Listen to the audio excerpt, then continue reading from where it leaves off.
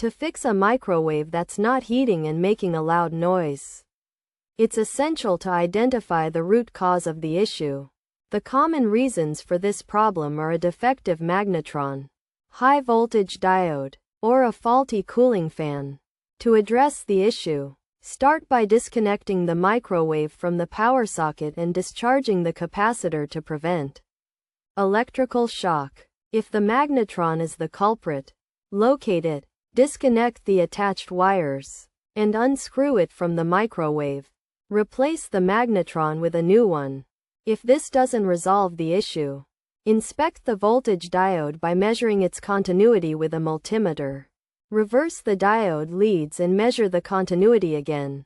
If you detect continuity in both directions, the diode is damaged and should be replaced, as continuity should only be in one direction. If replacing the diode doesn't solve the problem, check the cooling fan by accessing the fan assembly inside the microwave cabinet. Remove any foreign objects that might be interfering with the fan's movement, and consider replacing the fan if its blades are damaged. By following these steps, you should be able to fix a microwave that's not heating and making a loud noise.